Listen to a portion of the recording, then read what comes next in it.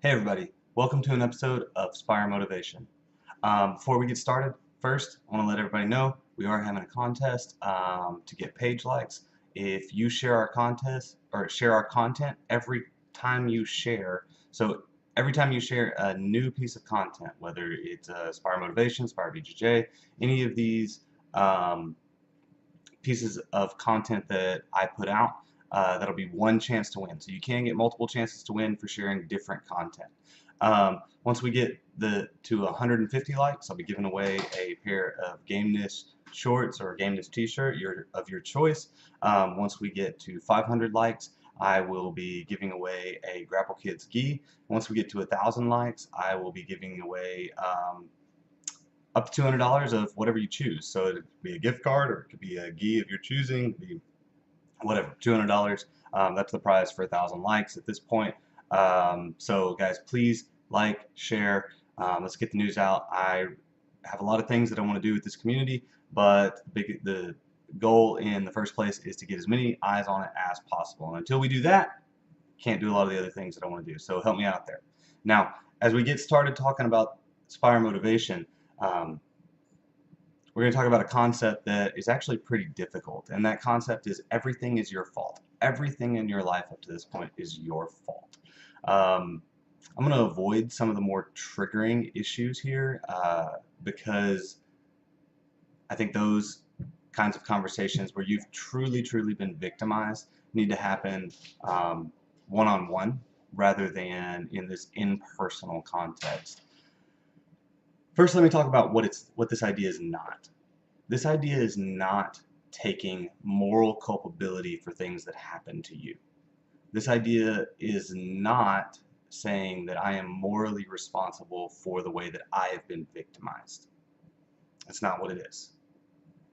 Instead, it's the concept of extreme ownership. There's actually a book by the name of Extreme Ownership by a pair of Navy SEALs. You should really pick that up and listen to it. It unpacks the ways that you can make everything your fault in your mind and how that helps you in life, that you can take ownership of all this stuff. So when I originally sat down to work on this video, I was all rah rah, like, yeah, it's your fault, like, and I realized that that's probably not the best thing that I can do. One, I shared a video from Tom Bilyeu that talked about that. Like, that's what he did, was he meant to inspire us with how everything's our fault. What I want to do is unpack what that looks like in day-to-day life. So again, what it doesn't look like is taking moral responsibility for being victimized. It doesn't look like beating yourself up. What it does look like is saying that the results that I've gotten in my life come from the choices that I have made in my life. So to pick some easy ones, where are you in your job today? You're there because of the choices that you have made. Um, do you go above and beyond every single day? Are you preparing yourself to be the type of person who will get a promotion, or are you waiting for it to come because you're showing up and doing your time? If it's working for you, then that's your fault. If it's not working for you, then that's your fault. But then you have to hold two competing ideas in your mind at the same time. You still can't control your boss. You still can't control things that are uh, absolutely outside of your influence. So holding those two competing ideas in your mind at the same time is what makes the idea of extreme ownership, the idea of everything being your fault, that's what keeps it from being crushing. So the question is, which of those mindsets is helping you at any given time? Most of the time, taking the mindset of it's my fault is going to be more helpful. It's going to spur you to motion. It's going to inspire you to move, motivate you to move. Whereas realizing that other people do have things that go on that you can't control, other people do have their own agendas, their own personalities that you can't control, that should be the smaller part of your mindset. The reason why is, let's say I feel like I need to get a larger staff for my department. My boss doesn't think that. Okay, I could say, well, I can't change him. That's his decision. I can't change that. But what I can change is, have I maximized, absolutely maximized the output of the department that I have? Have I made the case eloquently enough? Have I looked up statistics and ways to um, grow a department? Have I, um, you know, have I made the case? Have I done everything that I can, everything in my power to make the case that I need to do that? And if not, it's my fault. It's absolutely my fault. And I think in most areas of life, that's the case. We haven't done 100% of the things that we can do, and so it's our fault. Until you've done 100% of the things that you can do, focusing on the little bit that you can't control, this isn't helpful. So when we bring this into athletics, which is why most of us are here, I mean, this is Spire Athletes page, isn't it? When we bring this into athletics, it becomes a lot more useful as events are upcoming. So I was at an event in Austin last year, and it didn't go my way on Saturday, but I still had a competition on Sunday, and I made a post about how my performance was my fault, that I hadn't prepared well enough, that I hadn't trained hard enough, that I hadn't trained my mind well enough. That's something that's huge for competition, is training your mind. I hadn't done these things, so it was my fault that I lost.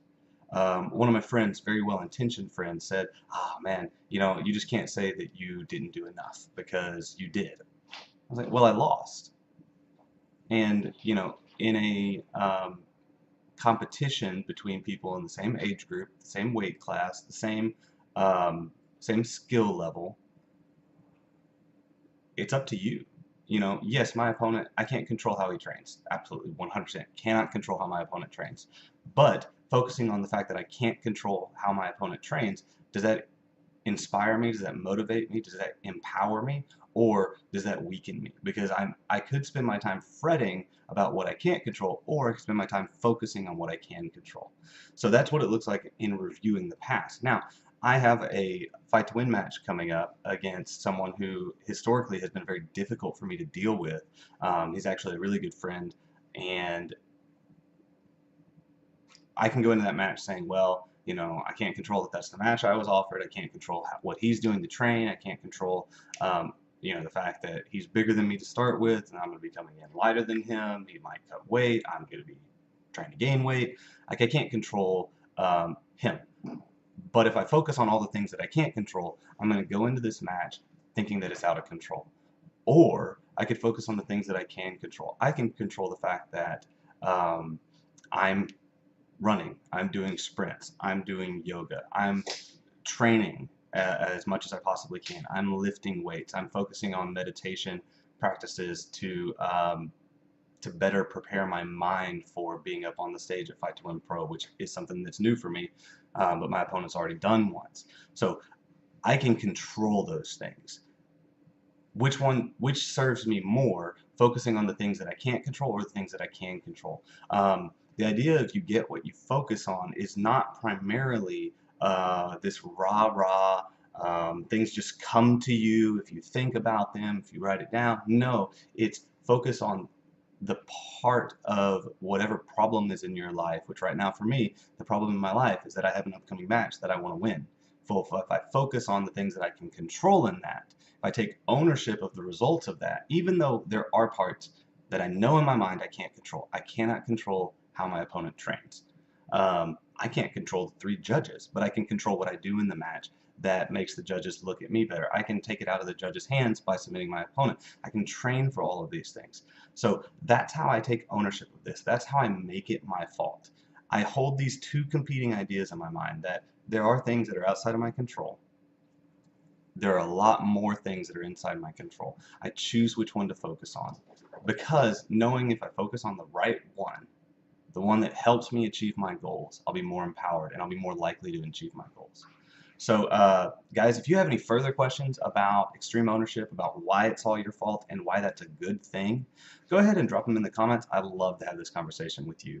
Once again, please, please, please like and share this video, like and share the content on this page. There will be a contest. I want to give this stuff away. I want to give it away as soon as I can. And it all starts with you guys getting the word out.